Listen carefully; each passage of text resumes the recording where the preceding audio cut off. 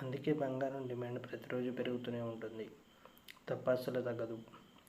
ప్రస్తుతం తులం బంగారం ధర ₹1,00,000 దగ్గరలో ఉంది. అయినా దాని డిమాండ్ మాత్రం ఏమాత్రం తగ్గడం లేదు.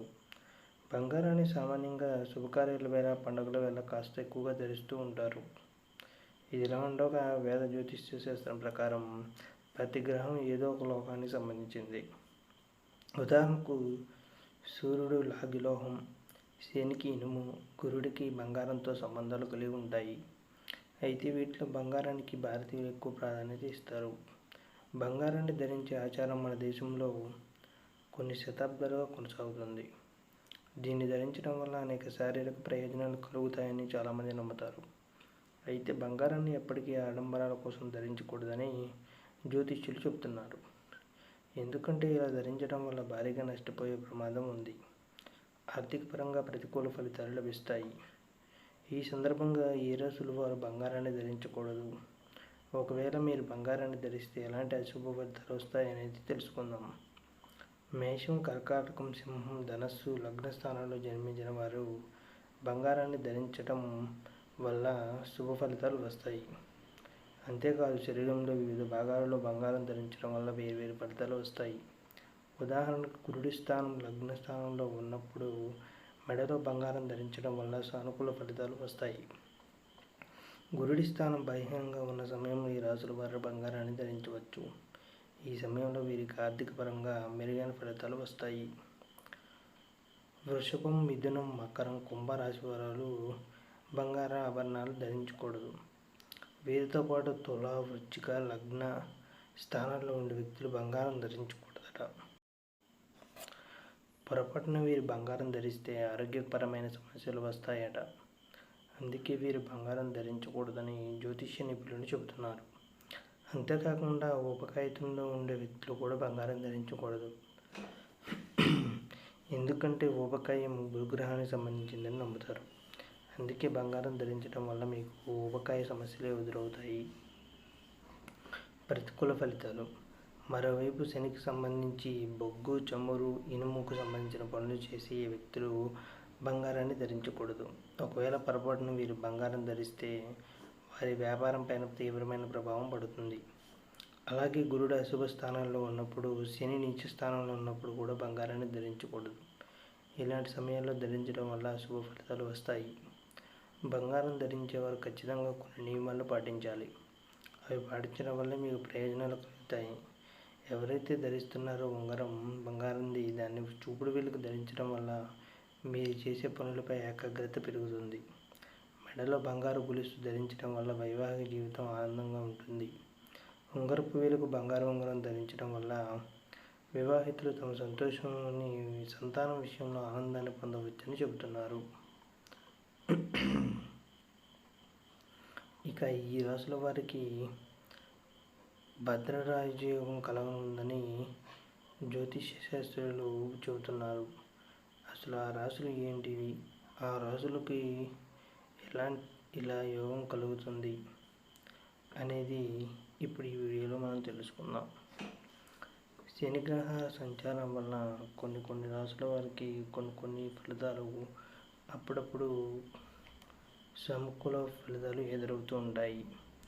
అందులో కొన్ని రాశుల వారిని చూసుకున్నట్లయితే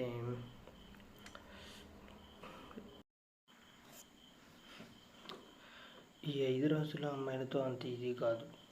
వీరి కోపాన్ని కంట్రోల్ చేయడం మనకి చాలా కష్టం. మనలో చాలామంది కొన్ని సందర్భాల్లో కోపం వస్తూ ఉంటుంది. అది చాలా సహజం. అయితే అమ్మాయిలు సాధారణంగా చాలా సున్నితంగా, సుకుమారంగా ఉంటారు. అయితే మారుతున్న కాలంతో పాటు వారి స్వభావంలో, ప్రవర్తనలో భారీ మార్పులు వస్తున్నాయి. ఒకప్పుడు ఎన్ని సమస్యలు వచ్చినా మౌనంగా భరించే అమ్మాయిలు ఇప్పుడు మాత్రం గట్టిగా పోరాడుతున్నారు. ఈ నేపథ్యంలో చాలా మొండిగా మారిపోతూ సులభంగా కోపం తెచ్చుకుంటున్నారు. జ్యోతిష్య శాస్త్రం ప్రకారం కొన్ని రాశుల అమ్మాయిలు చాలా మొండి స్వభావం కలిగి ఉన్నారు. అయితే వీరికి తమ వ్యక్తిగత జీవితంపై పూర్తి నమ్మకం, స్పష్టత ఉంటాయి.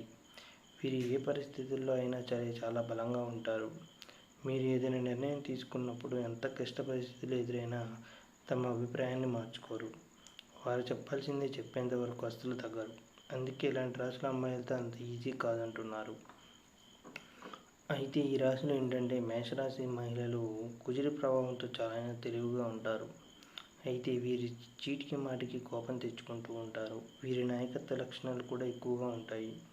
అందుకే వీరు ఇతరుల కంటే భిన్నంగా వ్యవహరిస్తారు. వారు తమ సొంత నిబంధనలు మాత్రమే నడుచుకుంటారు. ఇతరులు చెప్పిన దాన్ని అసలు పట్టించుకోరు. వీరు ఎలాంటి సందర్భంలో వెనుక అడుగు వేయరు. ఇక వృషభ రాశి వారు శుక్రుడి ప్రభావంతో చూడటానికి చాలా ప్రశాంతంగా కనిపిస్తారు. కానీ వీరి లోపల మాత్రం చాలా మొండిగా ఉంటారు. వీరి ఆలోచనలన్నీ చాలా విభిన్నంగా ఉంటాయి. కానీ వీరు చాలా విషయాల్లో స్పష్టతతో ఉంటారు. వీరు ఏదైనా చేయాలని డిసైడ్ అయితే దాన్ని సాధించే వరకు అసలు వెనక్కి తగ్గరు. అంతేకాదు వీరికి నచ్చిన పనిని మాత్రమే చేస్తారు.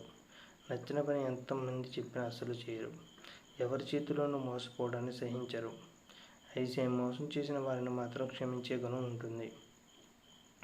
ఇంకా సింహరాశి చాలా ధైర్యంగా ఉంటారు.